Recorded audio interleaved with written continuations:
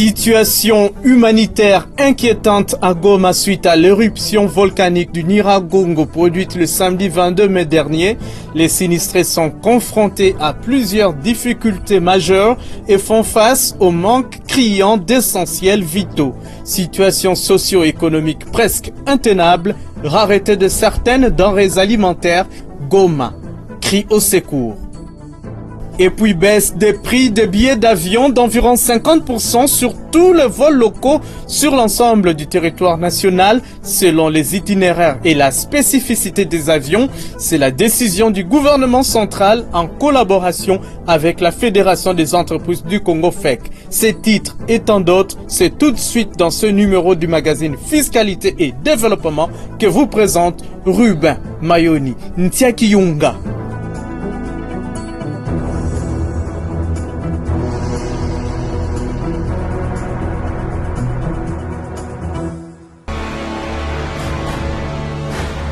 Agence Galaxy Media, la passion de développer la RDC. C'est encore et toujours un réel plaisir de vous retrouver dans le cadre de la Grand-Messe des finances publiques en République démocratique du Congo. Madame, Messieurs, bienvenue à Fiscalité et Développement qui s'ouvre par l'intérieur du pays et c'est à Goma, au Nord Kivu, où nous nous rendons. La situation socio-économique est devenue presque intenable dans cette partie du territoire national. Rareté de certaines denrées alimentaires de grande consommation d'une part, manque de clients dans les différents marchés de Goma et taux de change instable à travers toute la ville et ses environs d'autre part. Tel est donc le tableau de difficultés que traverse la population de Goma et de ses environs dans la province du Nord Kivu après l'éruption du volcan Nyiragongo le samedi 22 mai 2021. Plus de détails dans ce reportage de notre correspondant permanent dans la région. Bienvenue, Mola Mukendi.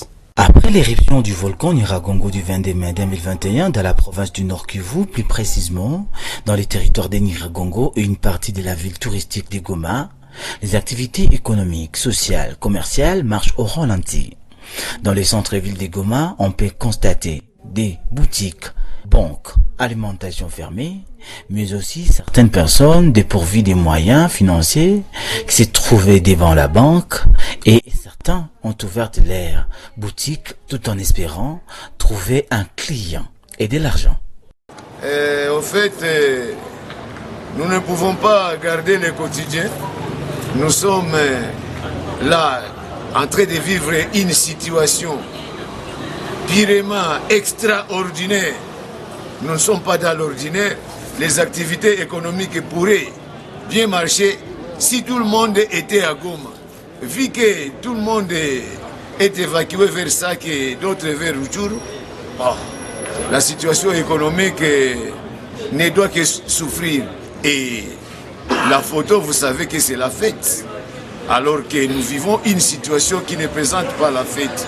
C'est-à-dire que notre situation économique est à ralenti. Ninafungula hapa ni espoir ndio inatuma mimi nafungula pamoja na njala. Mimi naona nikabakia kunyumba, njala itaweza nilumiza pamoja na watoto. Ndio maana mimi nakuja hapa juu niko na matumaini. Lakini mimi nafungula hapa, mimi nakutana watu mvile hawako. Wote walikimbilia Sake, wengine walienda Rwanda. Mimi sikupata wakati ya kwenda juu, nilishikuta mfuko yangu hamuna quelque chose. Mimi ningelikuwa tu na quelque chose, ningekimbiza jamaa. Mimi kukutana kesi kukuwa na quelque chose, njoo maana nilibakilia tu na jamaa yangu fasi moya. Kama ni kukufa, tukufie fasi moya. Mimi naikala Ngangi mu territoire ya Nyiragongo. Mimi naikala Ngangi 3 pande ya Roxy. Pande kabisa watu hawaishi kama vile kawaida. Sababu wakati walisema watu waondoke, watu wa mabanga, watu wa kule juu wa majengo, alafu na watu wa kule kwetu nao wakapanisha vitu nao wakaenda. Alafu watu hawaishi kawaida kabisa. Dans les centres commerciaux de Goma, dit Birere, les commerçants grossistes et détaillants ont marqué leur présence en ouvrant leurs magasins et boutiques tout en vendant leurs produits à quelques clients des passages. L'un d'entre eux en parle. napita umoya umoya, kuna bamingi balikimbia na bebabakia biko napita umoya umoya. Tunafungura kusema na watu watuone kwa sababu watu warudie tuanze kazi sasa vile zamani. Sitakuwa hakuna kazi, haiko sababu watu walikimbia, mais batakuya na itakuwa tu mzuri. Dans le marché Alanine, du marché Maman Olive Lembe, le vendeur et vendeuse se plaignent de l'absence des clients, mais aussi, pour certains d'autres, sur le prix d'achat de leurs produits et les taux d'échange. En date du 27 mai 2021, le taux d'échange se faisait à 1900 francs congolais pour $1.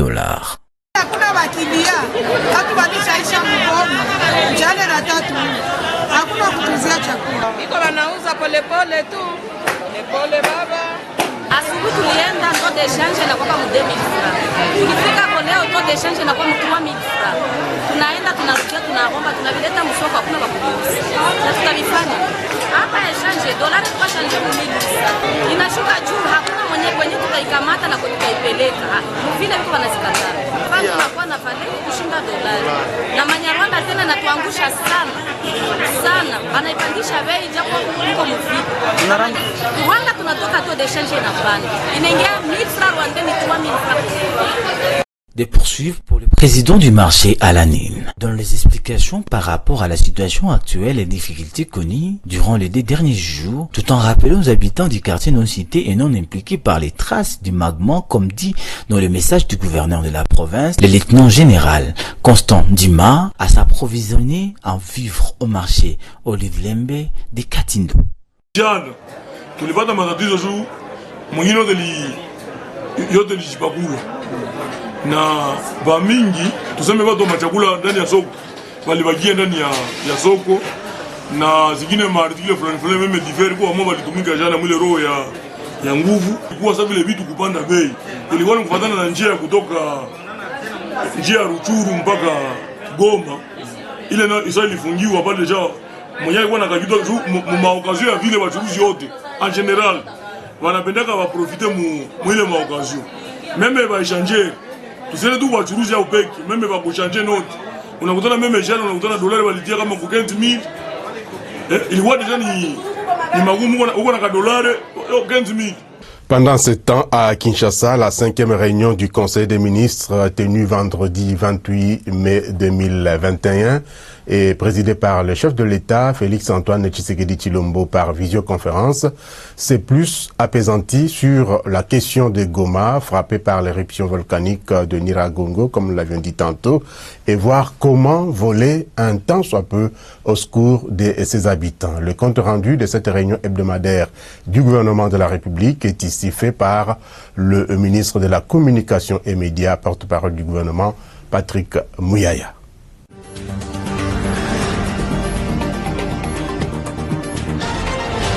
Compte rendu de la 5e réunion du Conseil des ministres. La communication du président de la République, chef de l'État, a porté essentiellement sur la situation qui prévaut dans le Nord Kivu, marquée depuis le 22 mai dernier par l'éruption du volcan Nyiragongo et ses conséquences. Fort touché par ces drames, le président de la République, qui a interrompu son séjour à l'étranger pour suivre de près cette situation, a demandé au gouvernement de redoubler d'efforts pour une meilleure prise en charge de la situation humanitaire.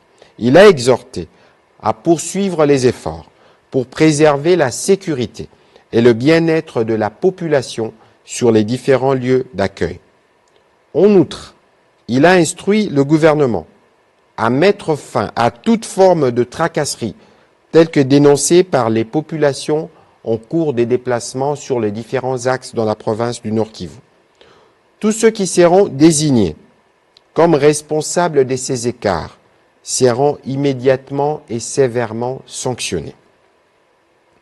Il a formulé les vœux de voir le gouvernement créer un service public de protection civile et de prévention de catastrophes pour permettre à la République d'avoir le cadre approprié qui lui permet de prendre des précautions en amont et d'orienter ses interventions sur le terrain.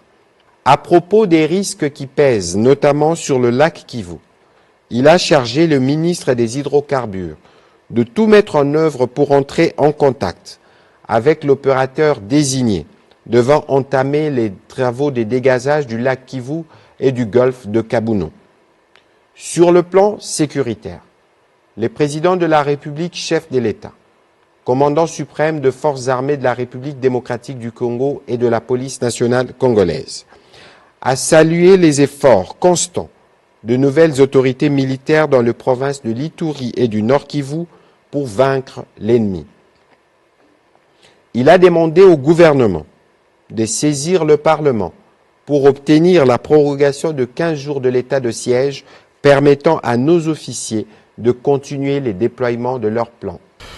Et puis, c'est ce 31 mai 2021 que l'échéance du paiement du premier acompte provisionnel de l'impôt sur les bénéfices et profits, IBP, exercice fiscal 2022, revenu 2021 arrive à terme. Ainsi, la Direction générale des impôts, DGI, appelle tous les contribuables à s'acquitter de leurs obligations fiscales et ce, dans le délai.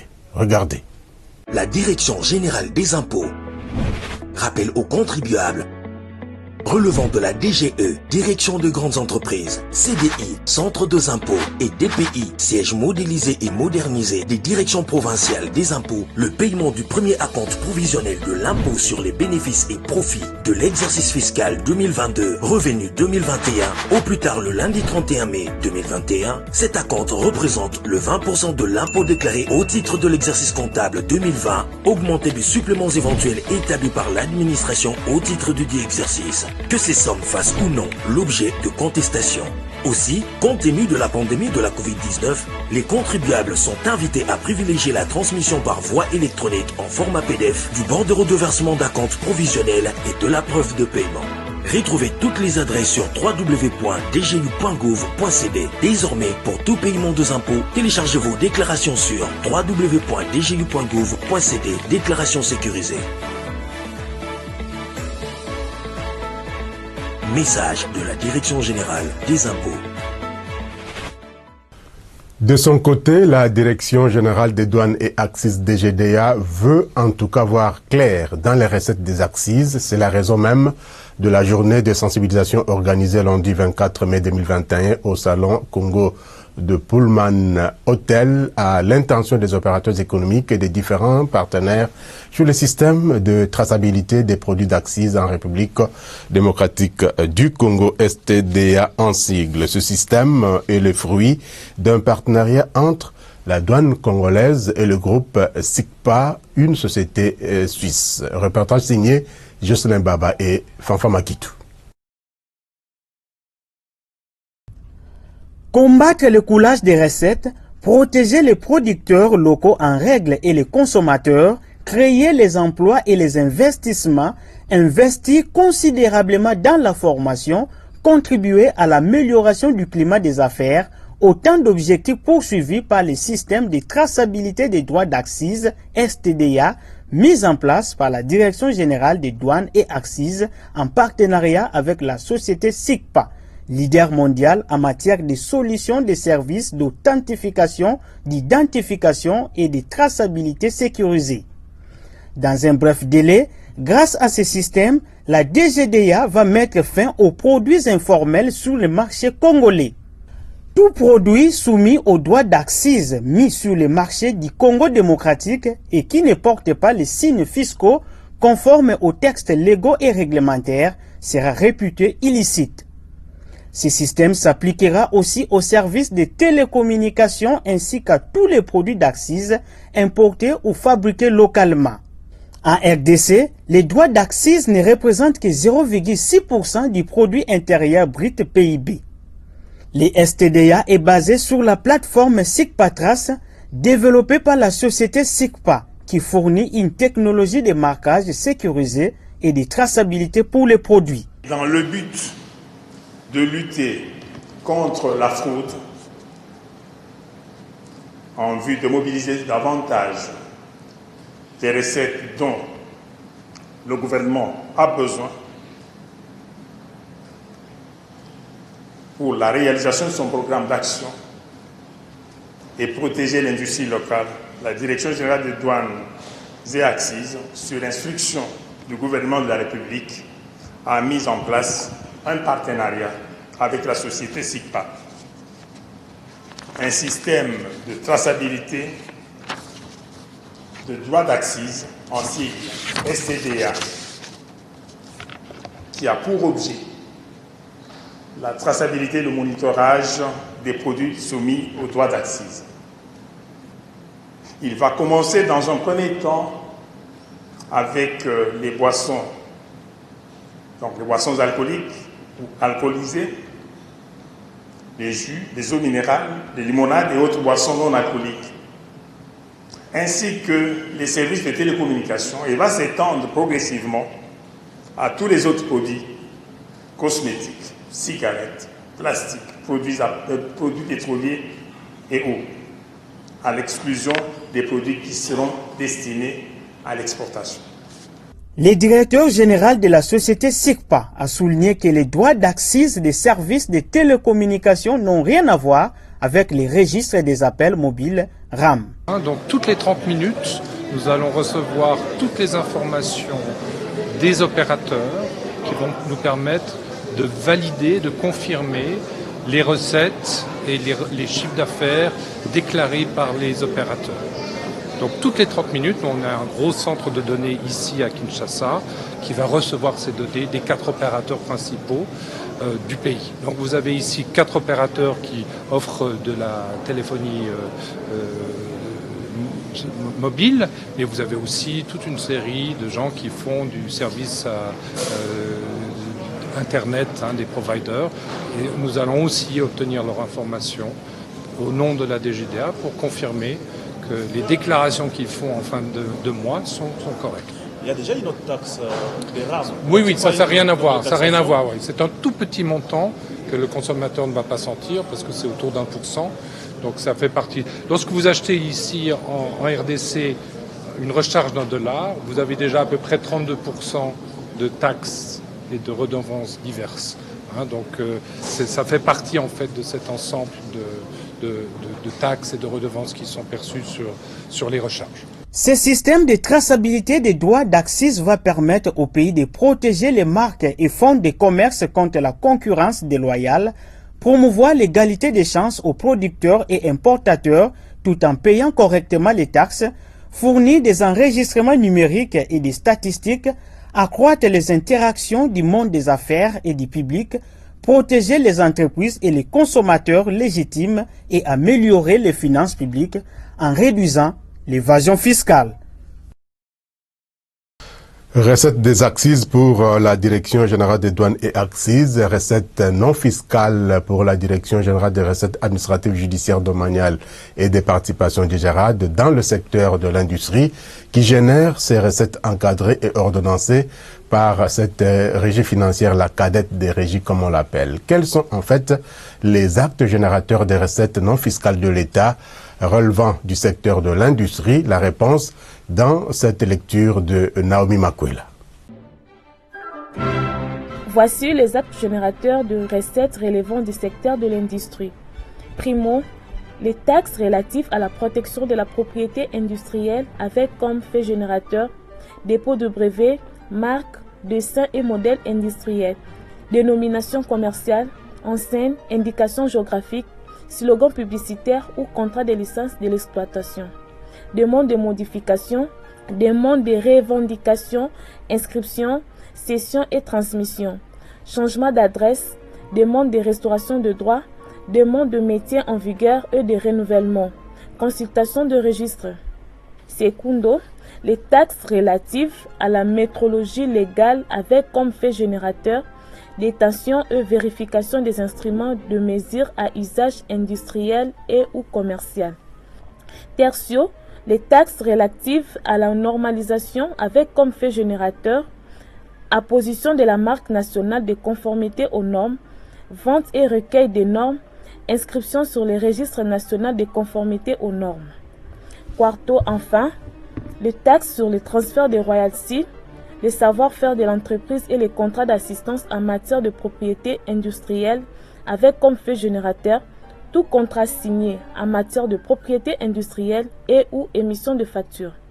Après les performances des régies financières du mois d'avril 2021, les finances publiques se portent bien, en tout cas, et pour cause, les opérations financières de l'État à fin avril 2021 se sont clôturées par un excédent de 478 milliards de francs congolais, soit 231,253 millions de dollars américains au taux budgétaire moyen de 2067 francs le dollar américain contre une prévision initiale de 167,9 milliards de nos francs, ce qui fait un dépassement de 35,4% de leur prévision selon les données de la Banque centrale du Congo publiées le jeudi 27 mai 2021 à l'issue de la 4e réunion du comité de politique monétaire. C'est ce que nous rapporte en tout cas le site deskeco.com. Et puis, cette mobilisation des recettes rassure en tout cas les partenaires.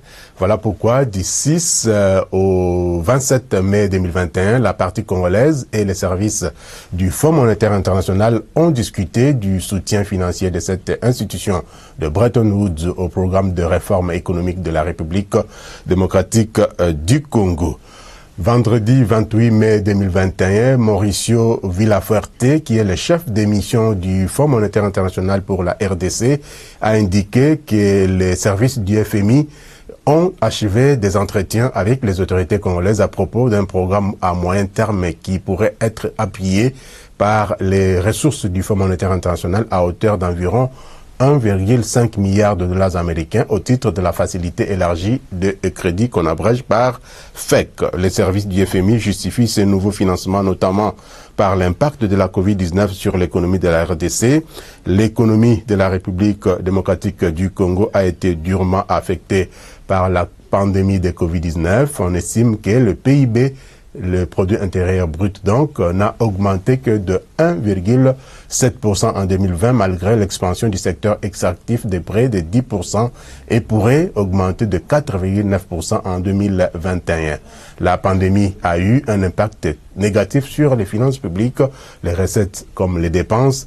L'inflation a culminé à 15,7% en glissement annuel en août 2020, parallèlement à une dépréciation rapide du franc congolais selon Mauricio Villafuerte. Le programme à moyen terme des autorités est axé sur le soutien à la reprise post-Covid-19 et la relance du programme de réforme pour augmenter et soutenir une croissance inclusive et réduire la pauvreté, et ce, conformément aux priorités du gouvernement énoncées dans le plan national de développement stratégique 2019-2023.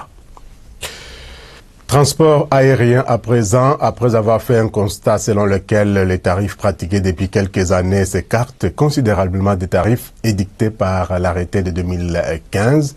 Ce jeudi 27 mai 2021, le ministre de l'économie nationale et les transporteurs aériens ainsi que les membres de la Fédération des entreprises du Congo FEC se sont convenus au cours d'une séance de travail de revoir à la baisse les prix des billets d'avion d'environ 50% selon les itinéraires et la spécificité des avions. Mais également, le nouveau tarif tiendra compte des prélèvements fiscaux et parafiscaux rationnels dans la nouvelle grille tarifaire. Les prix du billet d'avion entre Kinshasa et Kindu, par exemple, à titre indicatif, pourrait connaître une baisse passant de 300 à 185 dollars américains et de 340 à 192 dollars américains les prix du billet d'avion entre Kinshasa Kisangani, pour ne citer que cela. Toutefois, il s'est de signaler que ces prix seront d'application qu'après la signature de l'arrêté ministériel. L'homme étant au centre de la vision managériale du Fonds de promotion de l'industrie FPI, 5 agents et cadres de cette institution viennent de recevoir les diplômes de grade du 2e et 3e cycle de master de la faculté des études supérieures et de recherche de Moncton, nous sommes là au Canada, en vue de parfaire leur carrière professionnelle. La cérémonie s'est déroulée le samedi 29 mai 2021 au Salonga du Pullman Hotel de Kinshasa en présence de nos envoyés spéciaux Priska Sekana et Fanfa Makitou. C'est ici, dans le salon Salonga de Pullman Hotel Kinshasa que 5 lauréats de l'Université de Moncton du Canada ont suivi en virtuel la 72e cérémonie des remises de diplômes de grade de la faculté des études supérieures et de la recherche. Ces cadres et agents du Fonds de promotion de l'industrie FPI ont durant 3 années suivi un cursus universitaire en maîtrise d'administration des affaires en présentiel et en ligne suite à la pandémie de Covid-19. Dans sa vision managériale depuis 2017, la haute direction du FPI prône le renforcement de capacités de son capital humain en vue d'assurer la relève de qualité et répondre aux ambitions de cet établissement public catalyseur de l'essor industriel en RDC. Je vous ai dit, lorsque nous avons eu la séance avec l'ensemble du personnel et la délégation syndicale, que dans notre esprit à nous, avec le directeur général adjoint, avec le conseil d'administration, il n'est plus question de distribuer les postes parce que vous avez été coté 3 fois très bon. Non. C'est vraiment l'autorité de compétence dans l'action, dans ce que vous faites, qui va être l'élément déterminant. Donc, nous aurons à apprécier, à ajouter un élément d'appréciation de votre compétence, de votre engagement, de votre sens éthique et de votre contribution aux objectifs de l'institution. Ça devient un peu le FPI nouveau. Nous devons travailler en espérant que dans les 3-4 prochaines années, que nous puissions avoir une centaine de récipiendaires de maîtrise. Et je peux vous certifier que la manière de voir les choses, la vision, la détermination, l'engagement, le sens éthique va devenir un facteur de contagion qui va faire que les soldats du développement vont devenir une grosse légion avec une grosse capacité de participer à la transformation de l'économie du pays en accompagnant en tant que bras séculier dans le développement industriel notre gouvernement et notre chef de l'État. Ayant été couronnés chacun d'un diplôme de prestige, de 2e et 3e cycle de master, cette première série, composée de 5 cadres et agents qui ont suivi ces cursus universitaires sous la charge totale du Fonds de promotion de l'industrie FPI, compte apporter, grâce aux connaissances acquises, une expertise de qualité.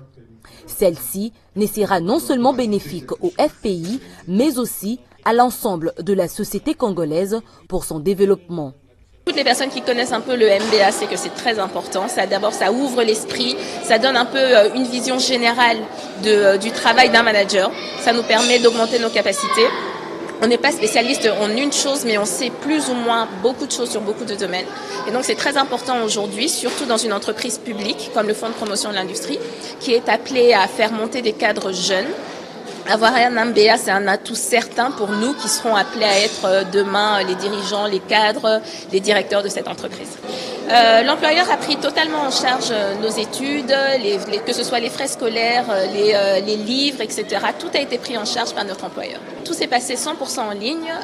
Il y a quelques professeurs quand même qui sont venus nous donner cours ici, mais majoritairement à 80% c'était en ligne. Oui, alors je voudrais dire un grand merci au DG et au DGA, monsieur Patrice Kitebi et monsieur Boniface Kassembe, de nous avoir donné cette opportunité-là, parce que je ne pense pas qu'il y ait une autre entreprise publique qui a pu comme ça prendre 30 cadres en charge. Il faut savoir que cette formation est quand même assez coûteuse, qui a été prise entièrement en charge par notre entreprise et nous leur disons un grand merci pour cette opportunité. Ils ont demandé une formation professionnelle en renforcement de capacité, mais dans sa vision managériale, la haute direction du Fonds de promotion de l'industrie FPI a répondu à la place par une formation académique au-delà des attentes de son personnel. D'ici à la fin de cette année, 25 autres cadres et agents de cet établissement public venus de Kinshasa, du Katanga, du Congo central et de la Chopo qui continuent avec le cursus universitaire en maîtrise d'administration des affaires de la prestigieuse Université de Moncton au Canada recevront également leur diplôme.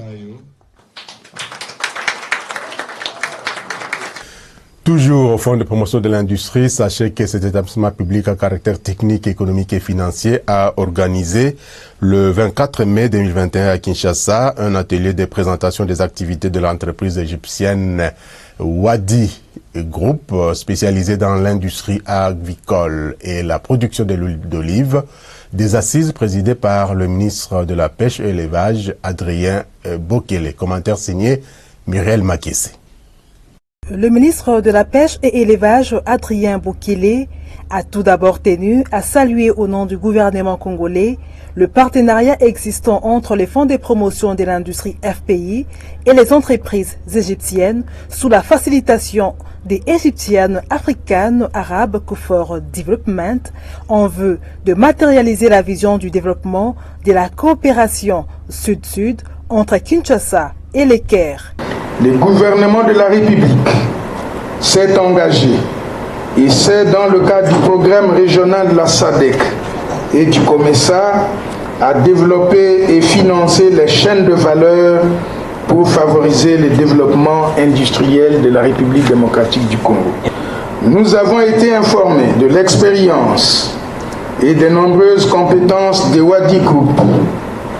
Le gouvernement de la République veut s'appuyer sur ses atouts pour développer en République démocratique du Congo sa capacité à nourrir sa population dans le cadre d'un partenariat sud-sud et gagnant-gagnant. Cependant, les activités à entreprendre dans le cadre de ces partenariats vont concerner les renforcements des maillages de l'économie nationale en vue de son intégration et la résilience au choc. Wadi Group est en République démocratique du Congo pour mener des études de faisabilité pour une structuration du secteur avicole. Tony Freiji est le président exécutif de cette firme. The purpose of our visit today or this week in the Democratic Republic of Congo. L'objectif, en tout cas, de notre visite ici, de notre mission, mais surtout aussi de la réunion que nous avons ici, c'était pour venir aider, en tout cas, la République démocratique du Congo, d'essayer de commencer ce secteur de la volaille, mais de commencer ça sur des vrais fondements durables. En tout cas, nous partageons la même vision que le FPI, où nous disons que la RDC a tout ce qu'il faut pour être vraiment le moteur de développement, même dans le secteur de la volaille en Afrique.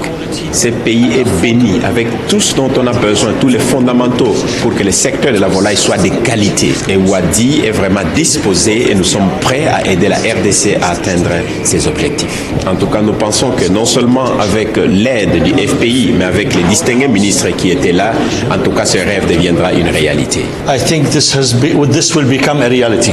L'objectif est de sensibiliser les uns et les autres sur les rôles de chacun afin de faciliter la matérialisation de ces projets à grand impact socio-économique. Plusieurs ministères et autres institutions du pays ont pris part à ces assises, d'où l'appel de sensibilisation du directeur général du FPI, Patrice Kitebiki-Bonvol. Là, on s'engage véritablement, comme le souhaite notre chef de l'État, qui est le président de l'Union africaine. Et puisque nous allons aller vers la zone de libre-échange continentale, nous devons être prêts à aller vers cette zone, mais tout en ayant la capacité de participer à ce marché qui sera un rendez-vous du donner et du recevoir. Si nous ne sommes pas prêts, évidemment, nous allons devenir le supermarché. Et chaque entité ministérielle, chaque entité comme nous autres, les services publics, nous devons chacun jouer notre part de rôle pour que cette politique, cette volonté du gouvernement, cette volonté du chef de l'État soit matérialisée pour effectivement réduire la pauvreté et les inégalités à travers l'ensemble du pays. Donc je voudrais nous exhorter, nous, Parti congolaise, à être disponibles à répondre à tout le travail, à tous les questionnements qui vont se faire par Wadi pour qu'ils aient les outils de décision pour qu'ils viennent s'installer chez nous. Pour rappel, en novembre 2020 au Caire en Égypte, le ministre de l'Industrie Julien Paluku était en tête d'une importante délégation mixte qui avait visité, dans le cadre d'identification des opportunités d'investissement, les installations des Wadi Group, dont la réputation mondiale dans l'industrie avicole et production d'huile d'olive n'est plus à démontrer. Cette délégation va poursuivre sa mission dans plusieurs provinces. Rendons-nous à la primature à présent. Évaluation des dégâts matériels et humains suite à l'éruption volcanique de Nyiragongo. Nous sommes là à Goma, au Nord Kivu, et recherche des solutions en vue d'apporter assistance aux populations. C'était l'un des points parmi tant d'autres au centre des préoccupations des réunions tenues par le Premier ministre chef du gouvernement Jean-Michel Sama Lukonde. La semaine très chargée du Premier ministre du lundi 24 au samedi 29 mai 2021 est ici racontée par Didi Mavambu.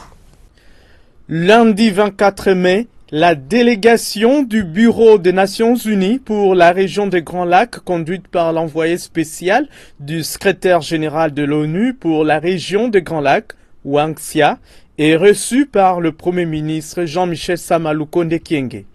Leurs échanges ont porté entre autres sur l'évolution de la mise en application de l'accord cadre d'Addis Abeba, où beaucoup d'activités sont organisées chaque année et une nouvelle stratégie a été adoptée. Le fonctionnaire des Nations Unies est venu surtout écouter les hautes autorités congolaises sur les priorités de la RDC et voir comment le Bureau des Nations Unies pour la région des Grands Lacs pourrait mieux travailler au profit du pays. L'éruption volcanique du Nyiragongo et ses conséquences sur le plan humanitaire préoccupent au plus haut point le gouvernement congolais et les cadres nationaux de concertation humanitaire CNCH. Le même lundi 24 mai, le Premier ministre a présidé la première réunion du CNCH avec toutes les parties prenantes. Cette première réunion s'est focalisée sur l'analyse de la situation qui prévaut actuellement à Goma afin d'apporter à la population gomatracienne une assistance selon les priorités. Pour nous, la communauté humanitaire, une priorité maintenant, c'est la réouverture de l'aéroport de Goma pour que nous puissions livrer l'assistance de Kinshasa à Goma. Le ministre de la Communication et Médias et porte-parole du gouvernement, Patrick Muyaya Katembwe, qui a aussi pris part à cette réunion, a rassuré que le gouvernement prendra toutes les dispositions nécessaires pour faciliter, ensemble avec les partenaires humanitaires, les opérations d'assistance. L'éruption volcanique du Nyiragongo, produite le samedi 22 mai dernier, a fait une trentaine de morts et plus de 400 000 déplacés avec des dégâts matériels importants. Après 2 réunions de crise tenues à Kinshasa, le Premier ministre a dépêché à Goma une délégation de membres du gouvernement pour évaluer les dégâts et besoins dans l'objectif d'apporter assistance. Le mardi 25 mai, le Premier ministre a tenu une séance de travail et d'analyse stratégique avec les autorités politiques, administratives et de la police concernant le problème d'insécurité, d'embouteillage et de voirie en vue de trouver en urgence de solutions durables pour améliorer les conditions des Congolais à Kinshasa, mais aussi dans les grandes villes du pays. Interpellé aussi par la préoccupation du chef du gouvernement central, le gouverneur de la ville de Kinshasa entend s'impliquer pour que des solutions soient trouvées dans le sens de mettre fin aux embouteillages et à l'insécurité dans la capitale congolaise. Le Premier ministre Jean-Michel Sama Lukonde Kyenge a échangé le même mardi 25 mai avec une délégation d'hommes d'affaires égyptiens, membres de Egyptian African Arab Co-for Development. Ces opérateurs économiques égyptiens sont venus en RDC pour scruter les opportunités d'investissement dans plusieurs secteurs socio-économiques. Première rencontre physique à la primature mercredi 26 mai entre Jean-Michel Sama Lukonde Kyenge et Bintou Keïta, la représentante du secrétaire général de l'ONU et chef de la mission des Nations Unies pour la stabilisation du Congo, MONUSCO, et le Premier ministre congolais ont discuté sur la prise en charge d'une façon collaborative entre le système des Nations Unies et l'autorité gouvernementale au sujet de la situation d'urgence créée par l'éruption volcanique dans la ville de Goma. Dans ce contexte, de réitérer le soutien de la famille du système des Nations Unies à la population à Goma et aussi de clarifier sur les demandes qui ont été faites au niveau de Goma tous les accompagnements que pourra effectuer le système des Nations Unies du côté de la MONUSCO, mais aussi du côté des agences, fonds et programmes, et notamment de la partie humanitaire de la famille des Nations Unies. Et puis balai diplomatique à l'hôtel du gouvernement en rapport avec la situation à Goma jeudi 27 mai. Le Premier ministre Jean-Michel Samalou Konde Kyenge a tour à tour accordé des audiences à l'ambassadeur de la République populaire démocratique de Corée, à la délégation de l'Union européenne et celle du Royaume de Suède. Avec Kim Myong-sik, ambassadeur extraordinaire et plénipotentiaire nord-coréen, il a été question de passer en revue et de renforcer les relations bilatérales et de coopération entre les deux pays. Le Premier ministre va ensuite recevoir une importante délégation de la Fédération congolaise de football association FECOFA, conduite par le ministre des Sports et Loisirs Serge Konde. Le patron de sport congolais est venu présenter au chef du gouvernement le tout nouvel entraîneur de l'équipe nationale de léopard de la RDC. L'Argentin Hector Cooper a officiellement décroché son contrat en qualité d'entraîneur de léopard. Rendons-nous sur le marché pour en savoir un peu les tendances des prix de quelques denrées alimentaires de grande consommation ici à Kinshasa. Nous faisons donc appel à notre consoeur Philon Chollet. Cette évolution de prix sur les denrées alimentaires de grande consommation débute avec le poulet dont un carton de poids 13 composé de 10 pièces de marque Wilkie a connu une hausse, passant de 73 500 francs congolais à 75 500 francs congolais, soit une hausse de 2000 francs congolais d'une semaine à une autre. Nous sommes au marché de la Liberté dans la commune de Massina. Le même constat est fait au marché de Matete dans la commune qui porte le même nom, où ce même produit est passé de 73 300 francs congolais à 74 450 francs congolais. Au marché Sombazikida, il a valu 75 300 francs congolais alors qu'il s'est négocié à 74 200 francs congolais il y a une semaine. Enfin, 74 500 francs congolais, c'est le coût d'un carton de poulet Wilkie au marché Gambela. Cette hausse des prix de poulet est consécutive au coût de fret d'avion, à en croire le vendeur trouvé sur les lieux. Stabilité des prix des haricots sur les marchés de Kinshasa. 165 $ américains au marché de la Liberté, 160 $ américains au marché de Matete, 145 $ américains au marché Sombazikida et 155 $ américains au marché Gambela. Légère hausse des prix des sacs de conserve de manioc sur les marchés de Kinshasa. Un sac en provenance de province du Kwilu et du Congo central est passé de 95 000 francs congolais à 100 000 francs congolais au marché de la Liberté. Au marché de Matete, il est passé de 105 000 francs congolais à 110 000 francs congolais.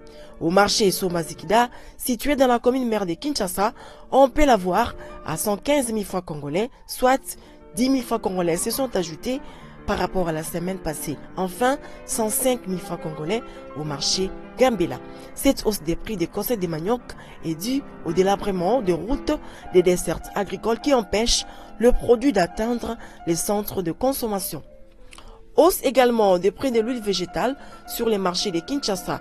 Un bidon de 5 litres de marque Regina de la société Palmco, fabriqué ici à Kinshasa, a connu une augmentation passant de 18 000 francs congolais à 18 700 francs congolais, soit 700 francs congolais de plus. Au marché de la Liberté, au marché des Matete, on peut l'acheter à 19 300 francs congolais, soit 600 francs congolais de plus par rapport à la semaine passée. Au marché Sombazikida, il se vend à 18 800 francs congolais. Enfin, au marché Gambela, situé dans la commune de Kasavubu, il a valu 19 500 francs congolais. Côté fruits, sachez que le prix d'un lot de 4 bananes en provenance de villes de Kisantu, Mbanzangungu et Boma a connu une légère hausse. Il est passé de 300 francs congolais à 500 francs congolais au marché de la Liberté. Même tendance haussière au marché des Matete où ces mêmes produits est passé de 500 francs congolais à 1000 francs congolais. Au marché Sombazikida, on peut l'obtenir à 1500 francs congolais. Et enfin, au marché Gambela, il se vend actuellement à 1000 francs congolais, soit 500 francs congolais de plus par rapport à la semaine passée. Telles sont les tendances des prix des quelques denrées alimentaires de grande consommation du lundi 24 au samedi 29 mai 2021 sur les différents marchés de Kinshasa.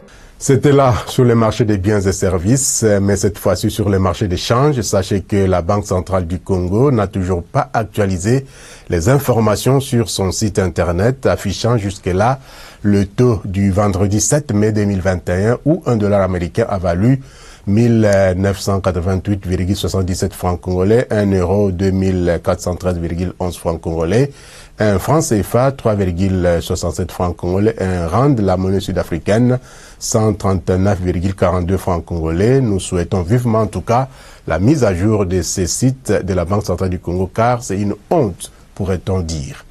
Au samedi 29 mai 2021, au parallèle cette fois-ci, les taux variaient entre 1990 et 2000 francs congolais, le dollar américain dans la majorité des communes de Kinshasa, et à 2018 francs congolais, le roi dollar, précisément sur l'avenue au Congo, couloir des Cambistes, au centre-ville de la capitale congolaise.